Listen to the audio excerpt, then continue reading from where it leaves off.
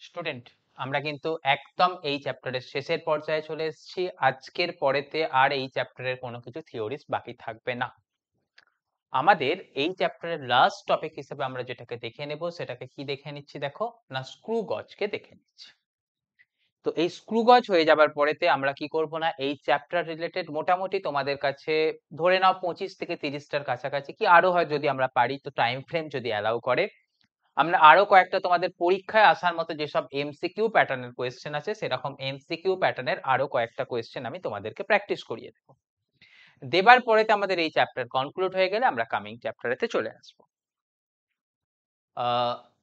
আর কি পয়েন্ট না, দেখো আমাদের এখান থেকে এই চ্যাপ্টারের মধ্যে যা যা আছে তোমরা যে কোনো স্ট্যান্ডার্ড বুক ফলো করে দেখে নেবে। প্রত্যেকটা টপিকস আমাদের করানো আছে, প্রত্যেকটা টপিকস রিলেটেড যা যা নিউমেরিক্যালস হয় প্রত্যেকটা জিনিসই কিন্তু আমাদের করা আছে।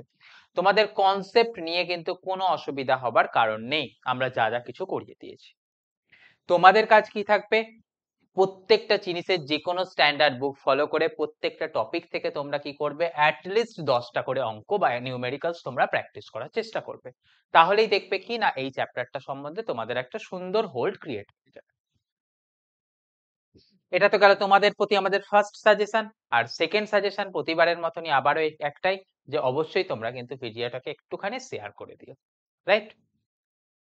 তো চলো এবারেতে আমরা কি করি না, আর ফার্দার কথা না বাড়িয়ে আমরা চলে যাই কি এই চ্যাপ্টারের মানে একদম শেষের যে টপিক, সেই টপিকটার নাম হিসাবে আমাদের কি দিয়ে দেওয়া আছে দেখো তো না, আমাদের নাম দিয়ে দেওয়া আছে স্ক্রু গজ, রাইট? তো এই স্ক্রু গজের কথা বলতে গেলে আমরা কিরকম ভাবে কথা দেখে নিচ্ছি দেখো তো। দেখো আমরা আগের দিনেতে কি নিয়ে ডিসকাশন করে দিয়েছি তোমাদের কাছে না, মানে আগের ভিডিওতে তোমরা আমাদের কাছে কি পেয়ে গেছো, সেটা হচ্ছে যে দেখো আমাদের ভার্নিয়ার স্কেল। ওকে,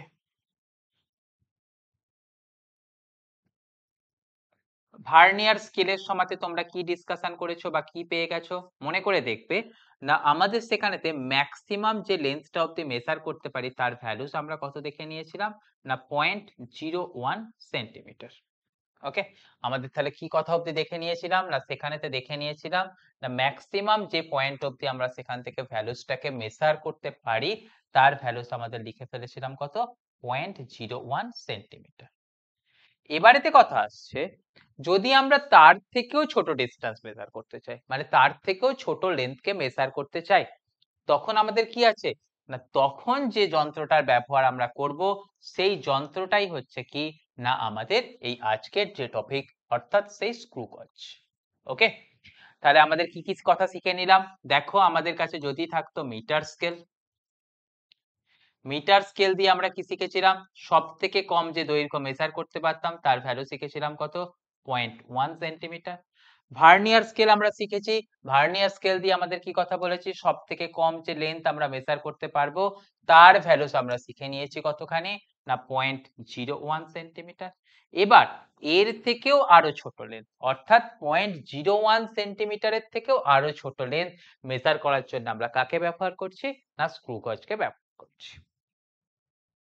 আর কথা কি দেখলাম দেখো তো না, এখানেতে লিখেই দেওয়া আছে দেখো, স্ক্রু গজ দিয়ে সব থেকে ছোট যে ডিস্টেন্স অব্দি মেজার করা যাবে তার ভ্যালুসটা আমাদের কত দিয়ে দেওয়া আছে দেখো তো, 0.001 সেন্টিমিটার।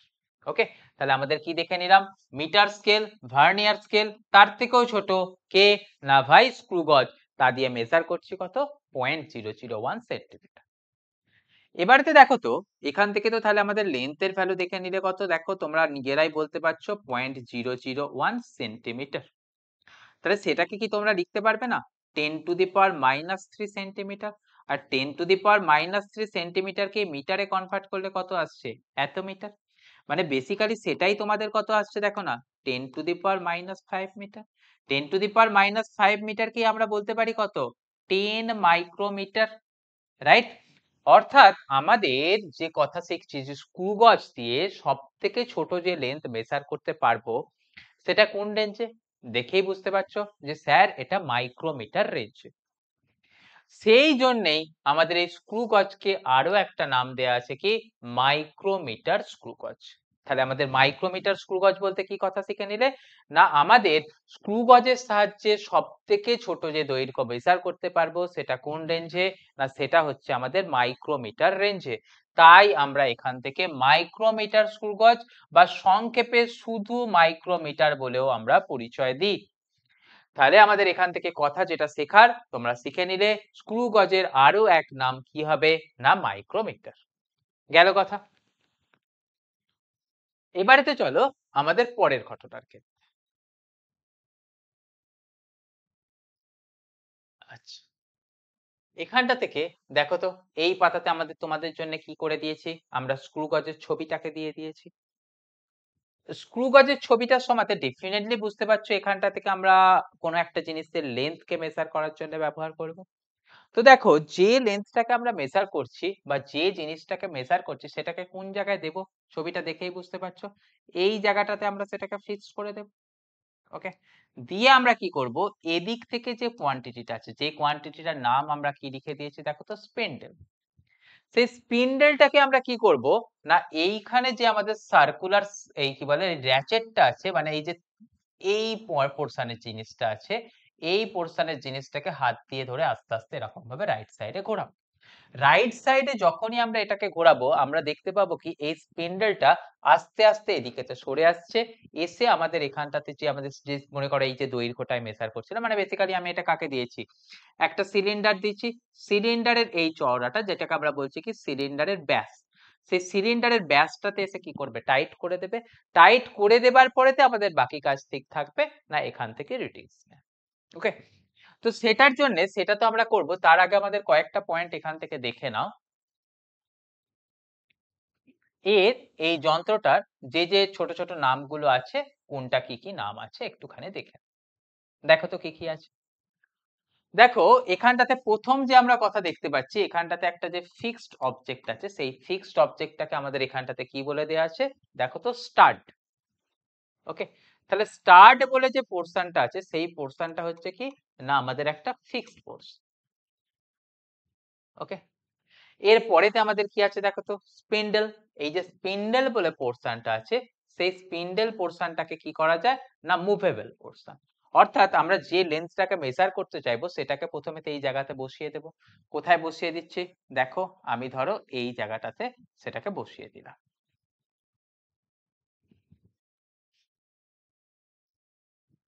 1 মিনিট দাঁড়াও বাবা।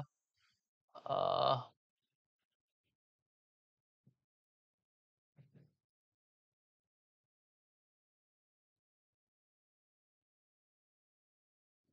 চল, ওখান থেকে এনিহাও ওটাকে মুভ হয়ে গিয়েছিল, মুছে গিয়েছিল। তো চলো এখানটাতে পরের কথাটাতে চলে এসো। দেখো আমাদের কি কথা বললাম, এই ছিল কার কথা, স্টাডের কথা। আর এই যে স্পিন্ডেল আছে, সেই স্পিন্ডেলটা হচ্ছে মুভেবল পোর্শন।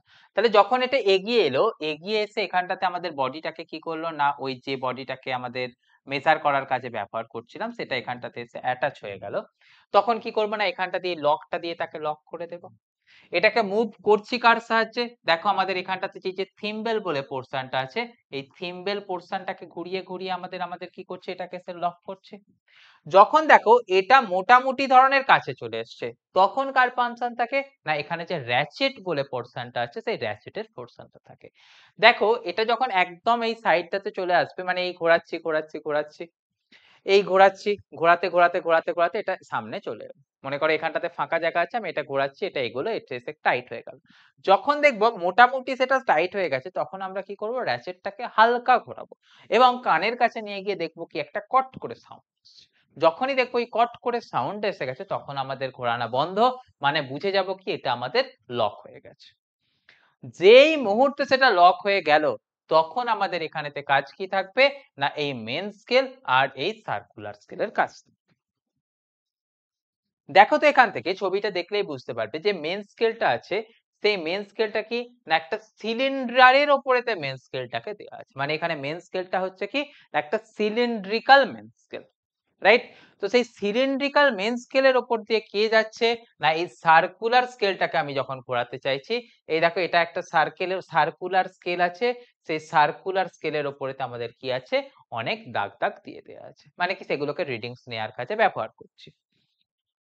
তো নিশ্চয়ই বুঝতে পারছো যখন আমাদের এখান থেকে রিডিংস নেব আমাদের দুটো রিডিংস নিতে হবে, একটা মেন স্কেলের রিডিংস নিতে হবে আর একটা কার রিডিংস নিতে হবে, সার্কুলার স্কেলের রিডিং নিতে হবে। তো যদি তোমাদের কাছে আমি কথাটাকে ওপেন করি দেখো তো কি কথা বলছি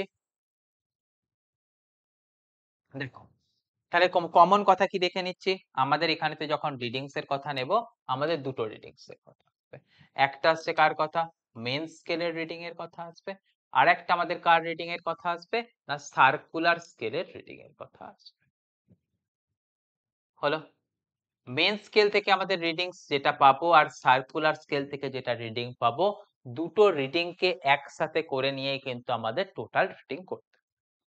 তার আগে একটা কথা তোমাদের শিখিয়ে রাখি, দেখো আমাদের এই যে সার্কুলার স্কেলটা ছিল সার্কুলার স্কেলটাকে যখন আমি একবার কমপ্লিট রেভলিউশন করলাম, কমপ্লিট রেভলিউশন করলে কি আসবে, সার্কুলার স্কেলটা মেন স্কেল বরাবর সামান্য একটু এগিয়ে আসবে। তাহলে খুব কমন কথা বলতে পারছো, দেখো এটা হচ্ছে মেন স্কেল, এখানে আছে সার্কুলার স্কেল, আমি এটাকে মনে করে একবার কমপ্লিট ঘুরিয়ে দিলাম, সেটা মেন স্কেল বরাবর কিছুটা এগিয়ে আসবে। মেন স্কেল বরাবর সে যতটা এগিয়ে আসবে তাকে আমরা বলবো কি না পিচ। তাহলে আমাদের এখান থেকে একটা টার্মকে আমরা দেখে নিলাম বা একটা টার্মকে ডিফাইন করে নিলাম, যে টার্মটার কথা বলছি কি দেখো তো, পিচ।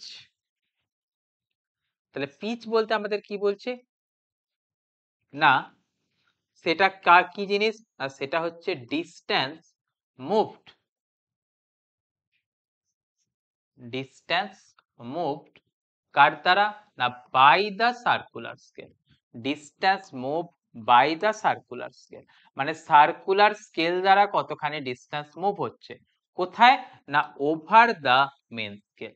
তাহলে সার্কুলার স্কেল মেন স্কেলের ওপরেতে যতখানি মুভ করে যাচ্ছে, কখন না ইন ওয়ান কমপ্লিট রেভলিউশন, মানে একবার পূর্ণ আবর্তনের ফলে।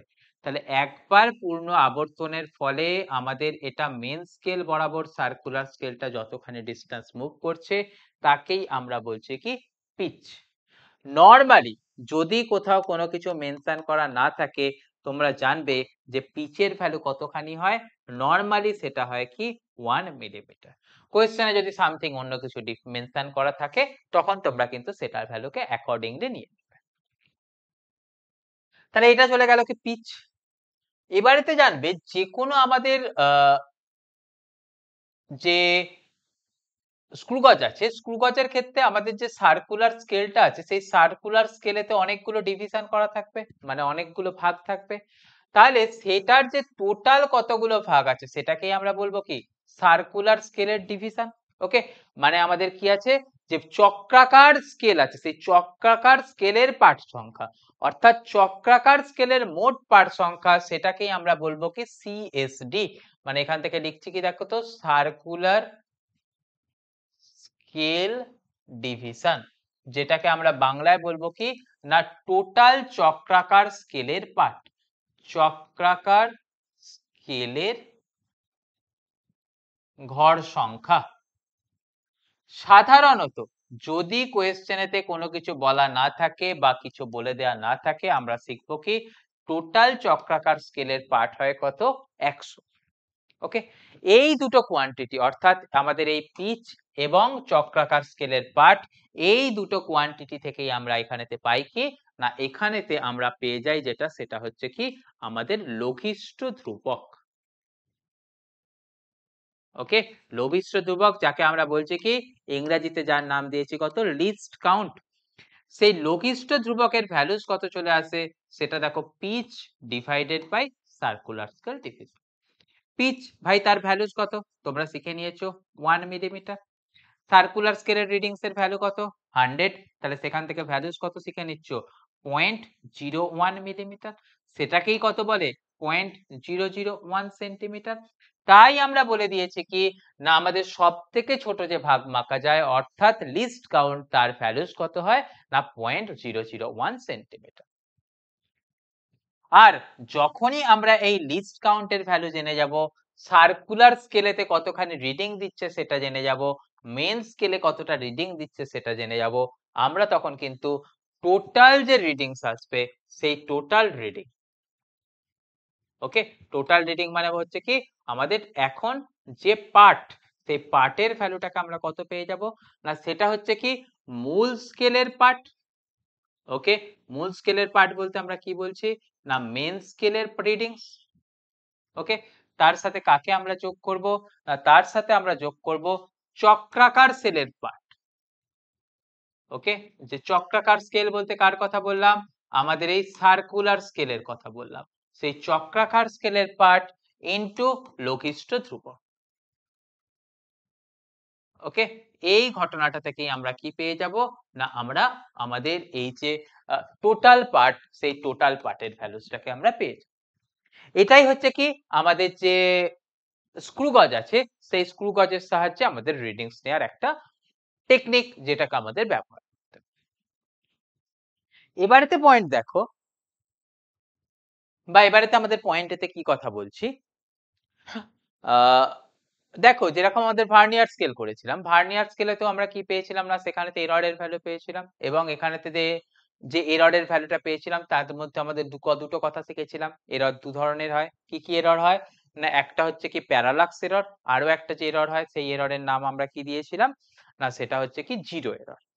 তো ঠিক একই রকম ভাবে আমাদের এখানেতে যে আমাদের স্ক্রু গজ করছি, স্ক্রু গজের ক্ষেত্রেও দুটো এরর থাকবে। একটা হচ্ছে তোমার প্যারালাক্স এরর। প্যারালাক্স এরর কেন? না আমরা লম্বভাবে দেখছি কি দেখছি না তার জন্য যে এররটা আসে। আর একটা আসছে কি না জিরো এরর।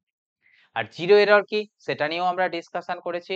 নরমালি আমরা শিখেছি কি না আমাদের জিরো দাগের সাথে জিরো দাগ ম্যাচ হয়ে যেতে হবে। সেটা কার ক্ষেত্রে শিখেছিলাম? ভার্নিয়ার স্কেলের ক্ষেত্রে। এবার আজকের ক্ষেত্রে যদি আমরা জিরো এররের আলোচনা একটুখানি করি, দেখো তোমরা বুঝতে পারবে।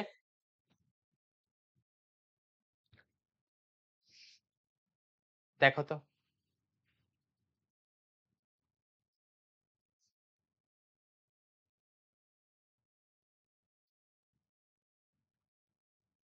দেখো আমাদের এখানটাতে কি ছিল দেখো তো। আহ, আমাদের এটা ছিল কি ওই সার্কুলার মেন স্কেলটা ছিল। সেই সার্কুলার মেন স্কেলটার ওপরটাতে কি ছিল? নিশ্চয়ই বুঝতে পারছো, এই যে একটা রেফারেন্স লাইন ছিল, যে লাইনটাকে আমাদের বলা হয় কি বেস লাইন। ওকে, এই বেস লাইনটার নিচের দিকেই কি ছিল? না এই বেস লাইনটার নিচের দিকেই আমাদের ছিল কি ছিল? না ওই যে মেন স্কেলের ভাগগুলো, সেই মেন স্কেলের ভাগগুলোকে এরকম ভাবে ডট ডট লাইন দিয়ে দিয়ে দেওয়া আছে। আর দেখো আমাদের এখানটাতে যদি বেস লাইনের সাথে সার্কুলার স্কেলের জিরো দাগটা ম্যাচ হয়ে গেছে, তাহলে যখন বেস লাইনের সাথে সার্কুলার স্কেলের জিরো দাগটা ম্যাচ হয়ে যায়, তখন জানবো কি আমাদের যন্ত্রটা সঠিক আছে। আর যদি কখনো এই বেস লাইনের সাথে সার্কুলার স্কেলের জিরোটা ম্যাচ না হয়, তখন আমরা বুঝবো কি সেখানেতে এরর আছে, যে এররের নাম আমরা কি দিয়ে দেব? না জিরো এরর বলে আমরা চালিয়ে দেব। তাহলে দেখো তো, যদি আমাদের পরের পাতাতে যাই, কিরকম কথা দেখতে পাচ্ছি। দেখো এখানটাতে একটা ছবিতে দেখো তো, এই জিরো এররটার সময়তে আমরা কি দেখিয়েছি? দেখো এই হচ্ছে আমাদের বেস লাইন, কিন্তু দেখো অরিজিনাল জিরোটা কোথায় আছে? অরিজিনাল জিরোটা এর থেকেও আরো নিচের দিকে আছে। মানে বেসিক্যালি আমাদের পয়েন্ট কি আসছে? আমাদের জিরোর দাগটা এই দাগের সাথে ম্যাচ হয়নি। তাহলে দেখো আমরা আগের ক্ষেত্রেও শিখেছি, ভার্নিয়ার স্কেলের ক্ষেত্রেও কি শিখেছি, যদি জিরোটা আমাদের বেস লাইন অব্দি পৌঁছাতে না পারে, তাহলে যে এরর আছে তাকে আমরা বলবো কি পজিটিভ জিরো এরর। দেখো আমাদের কথা কি আসছে, না জিরো এরর দু ধরনের ছিল, একটা ছিল কি পজিটিভ জিরো এরর, আর একটা ছিল কি নেগেটিভ জিরো এরর। তো জিরো এরর কখন আছে? যখন জিরোর সাথে জিরোটা মানে বেস লাইনের সাথে জিরোটা ম্যাচ হয়ে গেল, তাকে বলছি কি আমাদের কোনো জিরো এরর নেই। এবার দুটো সিচুয়েশন হতে পারে, একটা হচ্ছে কি জিরো দাগটা বেস লাইন অব্দি পৌঁছতে পারেনি, আর একটা হতে পারে কি জিরো দাগটা বেস লাইনকে ক্রস করে গেছে। যদি জিরো দাগটা বেস লাইন অব্দি না পৌঁছে থাকে, তাহলে যে এররটা পাবো সেটাকে আমরা বলবো কি পজিটিভ জিরো এরর। ওকে, আর যদি আমাদের বেস লাইনকে ক্রস করে যায়, তাকে আমরা বলবো কি নেগেটিভ জিরো এরর। ওকে, তাহলে দেখো এখানটার ক্ষেত্রে আমরা কাকে শিখে নিচ্ছি? এখানটার ক্ষেত্রে আমরা শিখে নিচ্ছি কি পজিটিভ জিরো এরর। কখন পজিটিভ জিরো এররের কথা আছে? নিশ্চয়ই বুঝতে পারছো, জিরো দাগ বেস লাইন অব্দি পৌঁছায়নি। ওকে, মানে আমরা কি বলছি, আমাদের যে চক্রাকার স্কেল আছে, সেই চক্রাকার স্কেলের, ওকে, চক্রাকার স্কেলের জিরো দাগ বেস লাইন পর্যন্ত পৌঁছায়নি, বেস লাইন পর্যন্ত পৌঁছায়নি। ওকে, তখন আমাদের কি পাবো না পজিটিভ জিরো এরর। ঠিক একই রকম ভাবে যদি আমাদের নেগেটিভ জিরো এরর এর কথা বলি, দেখো তো কি দেখতে পাবো। জিরো দাগটা আমাদের এই বেস লাইনকে ক্রস করে চলে গেছে, তাই দেখো এখান থেকে ক্রস করে কোথায় চলে গেছে, দেখতে পাচ্ছি একটু ওপরের দিকে চলে গেছে। তাহলে এটার সময়তে আমরা কি দেখতে পাচ্ছি না ঋণাত্মক জিরো এরর, বা যেটাকে আমরা বলছি কি নেগেটিভ জিরো এরর। ওকে, এখানটাতে আমরা কি দেখতে পাচ্ছি তাহলে জিরো দাগটা বেস লাইনকে ক্রস করে চলে গেছে। ওকে, তাহলে যদি জিরো দাগ আমাদের বেস লাইনকে ক্রস করে চলে যায়, তাহলে সেখানেতে যে এররটা আসবে সেই এররটাকে আমরা বলবো কি না নেগেটিভ জিরো এরর। ওকে, তাহলে আমাদের এখান থেকে কথা শিখে নিলাম কি দু ধরনের জিরো এররের কথা, একটা পজিটিভ জিরো এরর আর একটাকে আমরা শিখে নিলাম কি negative zero error.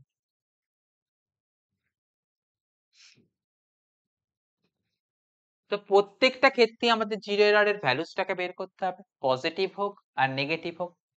Positive zero এররের ভ্যালুস কত হয় না সেটা হচ্ছে লিস্ট কাউন্ট ইনটু আমাদের কত ঘরের ডিফারেন্স আছে। কত ঘরের ডিফারেন্স আছে মানে আমি কি বোঝাতে চাইছি, দেখো তো এই হচ্ছে আমাদের বেস লাইন, মানে সার্কুলার, মানে এই মেন স্কেলের বেস লাইন এখানেতে।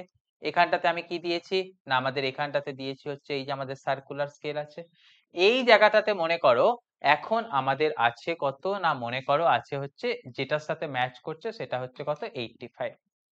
ওকে, তাহলে আমাদের জিরো দাগটা কত ঘর নিচে আছে, জিরো ঘরটা নিশ্চয়ই বুঝতে পারছো এখান থেকে 15 ঘর নিচে আছে। তাহলে কতগুলো আমাদের দাগের তফাৎ, দাগের তফাৎ হচ্ছে আমাদের 15। তাহলে তাই আমরা এখান থেকে পজিটিভ জিরো এরর মানে কত লিখবো, লিস্ট কাউন্ট ইনটু দাগের তফাৎ।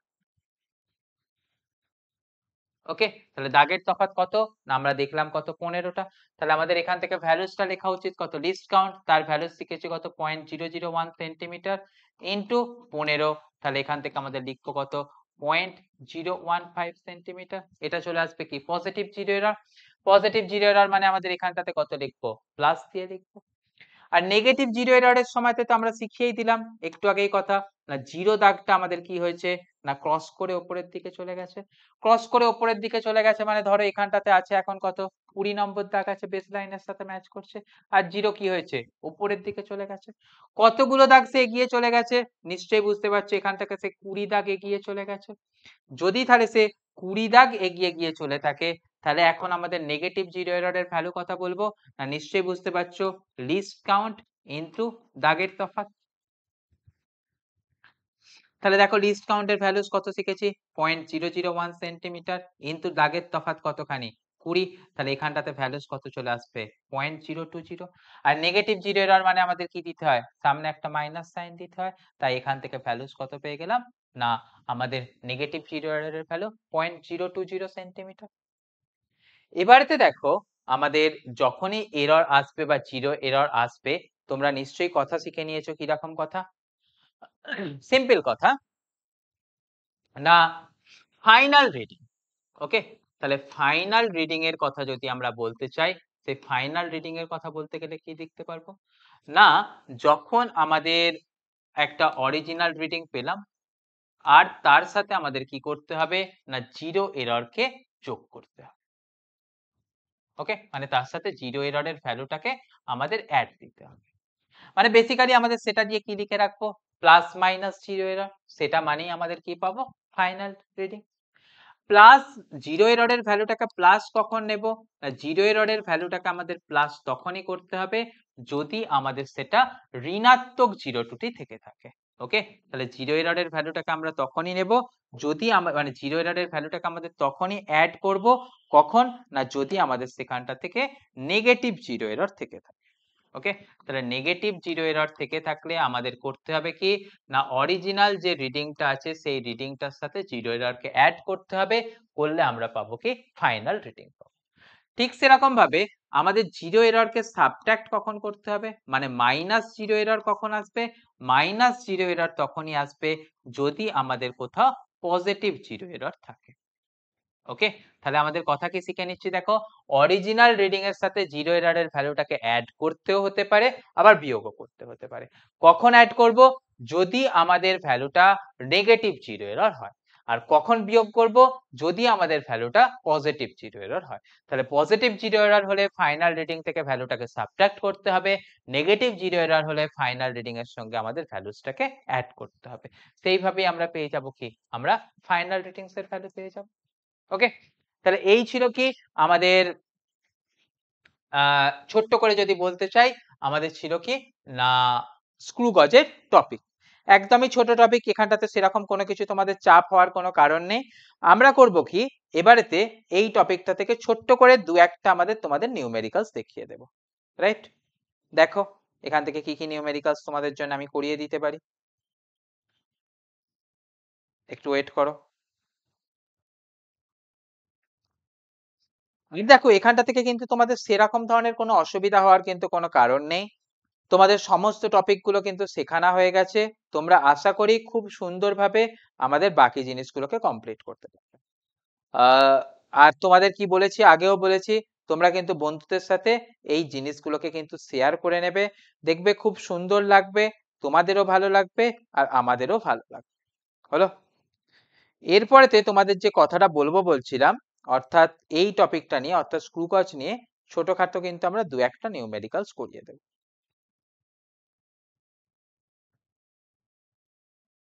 এক মিনিট। ওকে,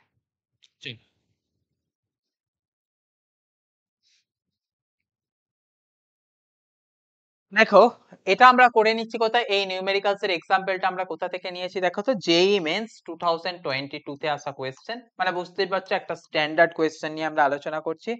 যেই কোয়েশ্চেনেতে আমাদের কি বলে দেওয়া ছিল দেখো তো, না কোয়েশ্চেনটাতে বলে দেওয়া ছিল স্ক্রু গজের পিচ, সেই স্ক্রু গজের পিচের ভ্যালু কত বলে দেওয়া ছিল, 0.5 মিলিমিটার। অর্থাৎ আমাদের ওই যে সার্কুলার স্কেল ছিল, সেই সার্কুলার স্কেলটাকে একবার ঘোরানোর ফলে সেটা মেন স্কেল বরাবর কতখানি ডিস্টেন্স মুভ করতো, না এই 0.5 মিলিমিটার ডিস্টেন্স মুভ করতো। ওকে, দিয়ে আমাদের কি বলা আছে, এই যে স্ক্রু গজটা আছে সেই স্ক্রু গজটাকে কিসের কাজে ব্যবহার করা হয়েছে, না এটাকে ব্যবহার করা হয়েছে কিসের কাজে করা হয়েছে বলা হচ্ছে, দেখো ব্যবহার করা হয়েছে একটা ব্যাস মাপার কাজ। ওকে, ব্যবহার করা হয়েছে ব্যাস মাপার কাজ। ওকে, যার ব্যাসটাকে আমরা মাপছি তার ব্যাসের ভ্যালু মোটামুটি ধরনের কত বলে দেওয়া আছে দেখো তো, 6.8 সেন্টিমিটার। ওকে, আর কি কথা বলে দেওয়া আছে দেখো তো, আর বলে দেওয়া আছে না না না না সরি, যার ব্যাস মাপার কাছে ব্যবহার করা হয়েছে সেটার আমাদের কি বলে দেওয়া আছে, না সেটার বলে দেওয়া আছে, না সেটার বলে দেওয়া আছে হচ্ছে যে দৈর্ঘ্যের ভ্যালুটা বলে দেওয়া আছে না 6.8 সেন্টিমিটার।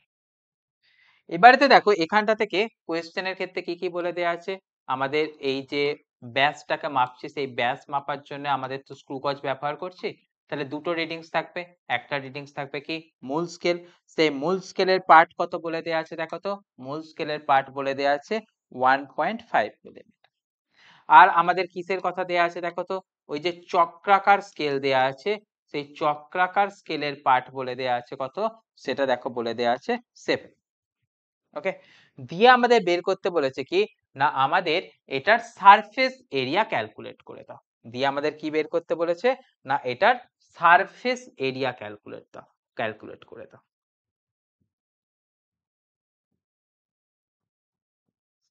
ওকে, তাহলে নিশ্চয়ই বুঝতে পারছো কোন জিনিসের ব্যাস বলে দেওয়া আছে তার দৈর্ঘ্য বলে দেওয়া আছে, মানে নিশ্চয়ই বুঝতে পারছো সেই জিনিসটা কিরকম হবে, একটা তোমার সিলিন্ড্রিক্যাল ডিভাইস হবে।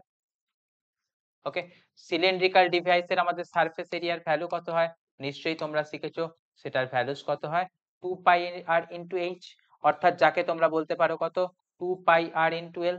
তাহলে আমাদের যখন এখান থেকে সারফেস এরিয়া ক্যালকুলেট করতে বলেছে তার ভ্যালুস আমাদের কত লিখতে হবে, 2 পাই আর ইনটু এল।